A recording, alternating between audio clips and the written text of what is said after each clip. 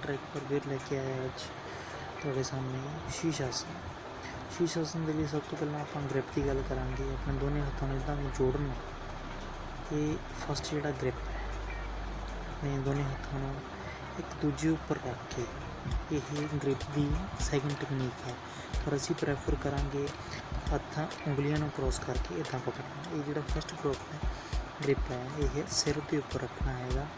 ਸਿਰ ਦੇ ਅਗਲੇ ਹਿੱਸੇ ਦਾ ਅਤੇ ਕੁਛ ਉੱਪਰਲੇ ਪਾਸੇ ਇਹਨਾਂ ਦੇ ਵਿਚਾਲੇ ਇਹ ਗ੍ਰਿਪ ਨੂੰ ਤੁਸੀਂ ਰੱਖਣਾ ਹੈਗਾ। ਇਸ ਗ੍ਰਿਪ ਨੂੰ ਰੱਖ ਕੇ ਅਤੇ ਆਪਣੇ ਸਿਰ ਨੂੰ ਚੰਗੀ ਤਰ੍ਹਾਂ ਮਜ਼ਬੂਤੀ ਨਾਲ ਪਕੜ ਕੇ ਹੀ ਤੁਸੀਂ ਇਹ ਜਿਹੜਾ ਸ਼ੀਸ਼ ਆਸਨ ਹੈ ਉਹ ਕਰ ਸਕਦੇ ਹੋ। ਸਭ ਤੋਂ ਪਹਿਲਾਂ ਤੁਸੀਂ ਵਜਰ ਆਸਨ ਦੇ ਵਿੱਚ ਬੈਠ ਜਾਓਗੇ। ਉਸ ਤੋਂ ਬਾਅਦ ਆਪਣੇ ਹੱਥਾਂ ਦੀ ਗ੍ਰਿਪ ਬਣਾ ਕੇ ਤੁਸੀਂ ਜ਼ਮੀਨ ਦੇ ਨਾਲ ਰੱਖੋਗੇ। ਸ਼ੀਸ਼ ਆਸਨ ਲਗਾਉਣ ਦੇ ਲਈ ਸਭ ਤੋਂ ਪਹਿਲਾਂ ਵਾਲ ਦੇ ਨਾਲ ਤੁਸੀਂ ਇਸ ਨੂੰ ਟਰਾਈ ਕਰਨਾ। ਇਸ ਦੇ ਲਈ ਪਹਿਲਾਂ ਲੈਗਸ ਨੂੰ ਆਪਣੀ ਪਿੱਛੇ ਲੈ ਜਾਓ, ਫਿਰ ਹੌਲੀ ਹੌਲੀ ਲੈਗਸ ਨੂੰ ਅੱਗੇ ਲੈ ਕੇ ਜਾਓ।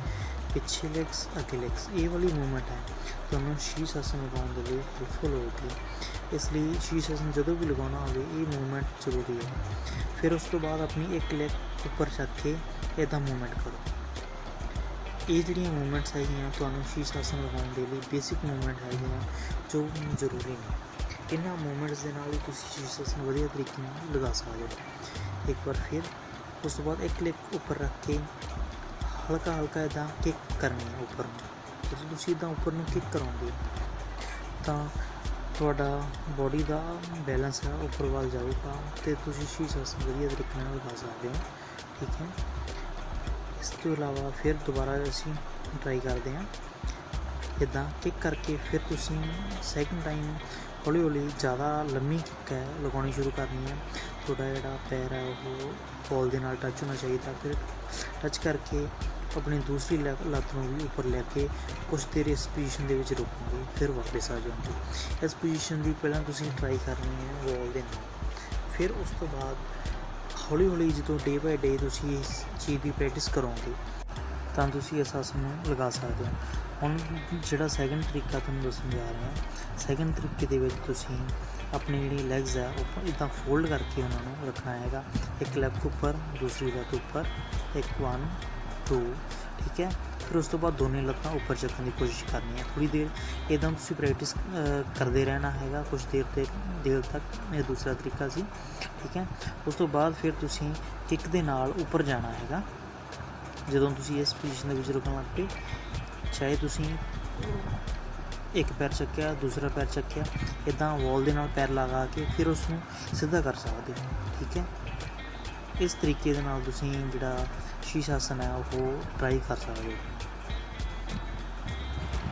ਪਹਿਲਾਂ ਦੀਵਾਰਾਂ ਦੇ ਨਜ਼ਦੀਕ ਰਹਿਣਾ ਹੈਗਾ, ਫਿਰ ਹੌਲੀ ਹੌਲੀ ਉਸ ਦੀ ਜਿਹੜੀ ਦੂਰੀ ਹੈਗੀ ਆ ਉਹ ਤੁਸੀਂ ਵਧਾਉਂਦੇ ਜਾਓਗੇ। ਜਦੋਂ ਤੁਸੀਂ ਪ੍ਰੋਪਰ ਇੱਦਾਂ ਲਗਾ ਲਿਆ ਫਿਰ ਹੌਲੀ ਹੌਲੀ ਨੀਚੇ ਆਓ।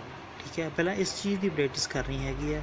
ਸਿੱਧਾ ਤੁਸੀਂ ਸ਼ੀਸ਼ ਆਸਨ ਦੀ ਪ੍ਰੈਕਟਿਸ ਹੈ ਉਹਦੇ ਵੱਲ ਨਹੀਂ ਜਾਣਾਗਾ। ਫਿਰ ਹੌਲੀ ਹੌਲੀ ਦੂਰੀ ਵਧਾ ਕੇ ਤੁਸੀਂ ਇਹਨੂੰ ਟਰਾਈ ਕਰਨਾ ਹੈਗਾ। ਲਗਾਉਣਾ ਹਜੇ ਵੀ ਵਾਲ ਦੇ ਨਾਲ ਹੀ ਹੈ, ਪਰ ਦੂਰੀ ਵਧਾਉਂਦੇ ਰਹਿਣਾ ਹੈਗਾ। ਦੂਰੀ ਵਧਾਓਗੇ ਤਾਂ ਉਸ ਤੋਂ ਬਾਅਦ ਕੀ ਹੈ, ਇਹ ਤੁਸੀਂ ਆਸਨ ਹੈ ਈਜ਼ੀਲੀ ਲਗਾ ਸਕਦੇ ਹੋ। ਸਟੈਪ 1 ਤੁਸੀਂ ਦੇਖ ਸਕਦੇ ਹੋ। ਸਟੈਪ 1 ਦੇ ਵਿੱਚ ਪਹਿਲਾਂ ਆਪਣੇ ਹੱਥਾਂ ਦਾ ਗ੍ਰਿਪ ਬਣਾਇਆ, ਉਸ ਦੇ ਉੱਪਰ ਅੱਧਾ ਸਿਰ ਜ਼ਮੀਨ 'ਤੇ ਅੱਧਾ ਹੱਥ ਉਂਗਲੀਆਂ ਦੇ ਉੱਪਰ ਰੱਖਣਾ ਹੈਗਾ। ਫਿਰ ਉਸ ਤੋਂ ਬਾਅਦ ਹੌਲੀ ਹੌਲੀ ਅੱਗੇ ਆ ਕੇ ਕਿੱਕ ਲਾ ਕੇ ਉੱਪਰ ਰੁਕਣ ਦੀ ਕੋਸ਼ਿਸ਼ ਕਰਨੀ ਹੈ। ਇਹ ਹੈ ਸਟੈਪ 1, ਠੀਕ ਹੈ। ਸਟੈਪ 1 ਦੇ ਵਿੱਚ ਤੁਸੀਂ ਰੁਕਣ ਦੀ ਕੋਸ਼ਿਸ਼ ਕਰੋਗੇ, ਫਿਰ ਨੀਚੇ ਆਓਗੇ। ਸਟੈਪ ਜਿਹੜਾ ਸੈਕਿੰਡ ਹੈ, ਸੈਕਿੰਡ ਸਟੈਪ ਦੇ ਵਿੱਚ ਤੁਸੀਂ ਕਿੱਕ ਲਗਾ ਕੇ ਉੱਪਰ ਗਏ, ਹੁਣ ਤੁਸੀਂ ਰੁਕ ਸਕਦੇ ਹੋ। ਫਿਰ ਇੱਕ ਪੈਰ ਅੱਗੇ ਲਿਆ ਕੇ ਬੈਲੈਂਸ ਬਣਾਉਣਾ ਹੈਗਾ।